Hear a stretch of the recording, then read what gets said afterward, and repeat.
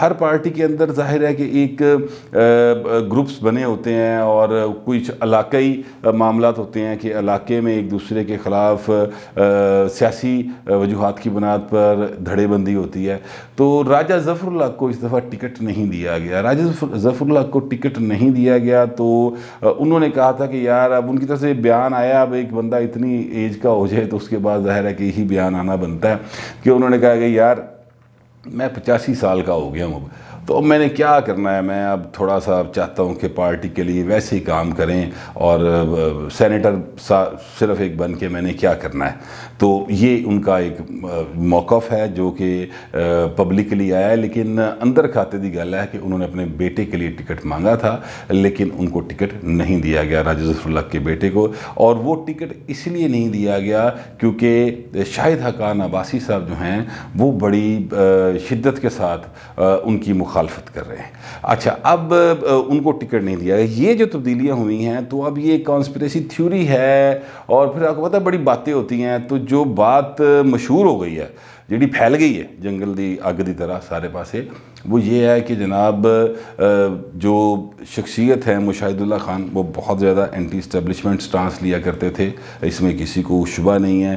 پرویز رشید صاحب جو ہیں وہ بھی بہت زیادہ اینٹی اسٹیبلشمنٹ سٹانس لینے والے آدمی ہیں, اور کہا یہ جا رہا ہے کہ جناب ان کو آؤٹ کر کے تو یہ اس طرح کے ذرا کٹ اینٹی اسٹیبلشمنٹ جڑے بندے ہیں وہ ان کو انٹروڈیوس کرایا گیا. تو اس کا مطلب یہ ہے کہ کہیں پر جو بات ہو رہی تھی وہ بات کسی جگہ کے اوپر ٹھکانے لگتی نظر آئی ہے پارٹی کو, تو اس وجہ سے انہوں نے یہ تبدیلیاں کی ہیں. لیکن پرویز رشید صاحب کا نام بہرحال ابھی تک نکلا نہیں ہے. جو دو نام نکل گئے ہیں اور جن کو کہا جا رہا ہے کہ وہ اب امیدوار نہیں ہوں گے یا انہیں پارٹی کا ٹکٹ نہیں دیا جائے گا, ان دو ناموں میں مشاہد اللہ اور جو تارڑ صاحب ہیں, اعظم نذیر تارڑ صاحب, ان کا نام شامل ہیں. پرویز رشید صاحب کا نام ابھی امیدواروں کی لسٹ میں موجود ہے. پرویز رشید صاحب بہت زیادہ قریب ہیں مریم نواز صاحبہ کے بھی, اور جو ہیں نواز شریف صاحب ان کے بھی بہت زیادہ پسندیدہ ہیں. تو یہ بھی ایک اب بات ہے کہ جی مشاہد اللہ نو کڑتا تو پرویز نو رکھ لیا, یعنی ابھی جو صورتحال ہے وہ پراپر کلیئر نہیں ہے. بہرحال جیسے یہ بات کلیئر ہوگی تو پھر اس بارے میں بھی آپ کو آگاہ کر دوں گا.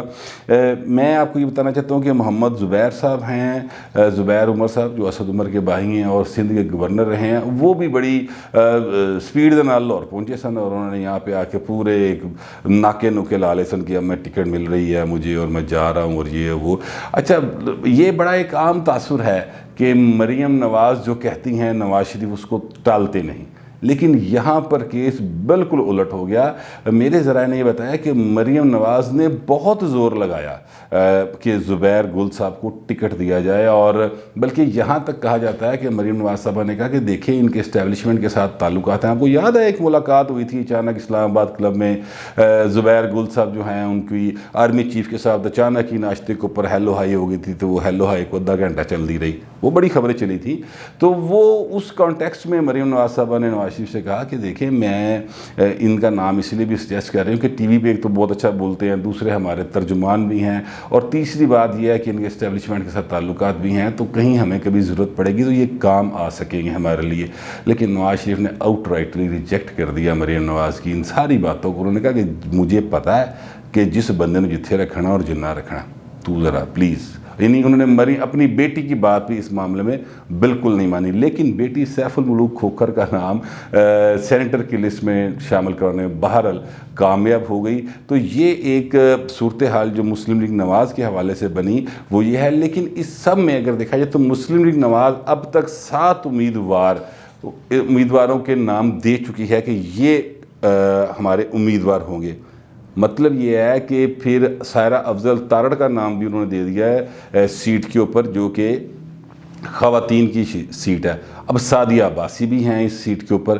تو اب یہ سمجھ نہیں آ رہی ایم پی ایز کو بھی کہ یار مسلم نواز کیا یہ سمجھ رہی کہ وہ 7 سیٹیں نکال سکتی ہے پنجاب میں سے سینیٹر کی. تو یہ حالانکہ اگر دیکھا جائے تو 5 ان کی ایزیلی نکلتی ہیں, اور جو پہلے 5 نام آئے تھے ان کے اوپر سوائے تارڑ صاحب کے اور کسی پر اعتراض نہیں تھا, کیونکہ تارڑ صاحب کے اوپر یہ اعتراض تھا کہ یار اس کی یہ پارٹی میں کب شامل ہوئے, ان کی تو پارٹی کی رکنیت بھی بھی نہیں ہے, ان کو ٹکٹ ایسی دے دیا. وہ ٹکٹ تھا شہباز شریف کی پرچی پہ ملا ہوا تھا, لیکن شہباز شریف کی پرچی میاں صاحب نے پھاڑ کے پھینک دی اور نئی پرچی یعنی اپنا بندہ انہوں نے ڈال لیا. زاہد حامد صاحب کو انہوں نے ان کر لیا ہے. تو اب یہ ایک صورتحال جو ہے وہ بنی ہوئی ہے, اور اب دیکھتے ہیں کہ مسلم لیگ نواز 7 سیٹیں نکالتی ہے, 7 کو ٹکٹ جاری کرتی ہے, یا پھر مسلم لیگ نواز جو ہے وہ ان میں سے بھی کچھ نام وڈرا کر لے گی. ویسے کہا جاتا ہے کہ سیف الملوک کھوکھر کا نام جو ہے وہ کورنگ کینڈیڈیٹ کے طور پہ ہے. پتہ نہیں, وہ کل کو ہو سکتا ہے کہ وہ جتھے انہوں دی گل ہو رہی ہے اتنے تارا بالکل مل جائیں تو کہیں جی ساڑھے ساتھی ہوں گے تو پھر ساتھی بن. یہ بہرحال ابھی قبل از وقت ہے کہنا.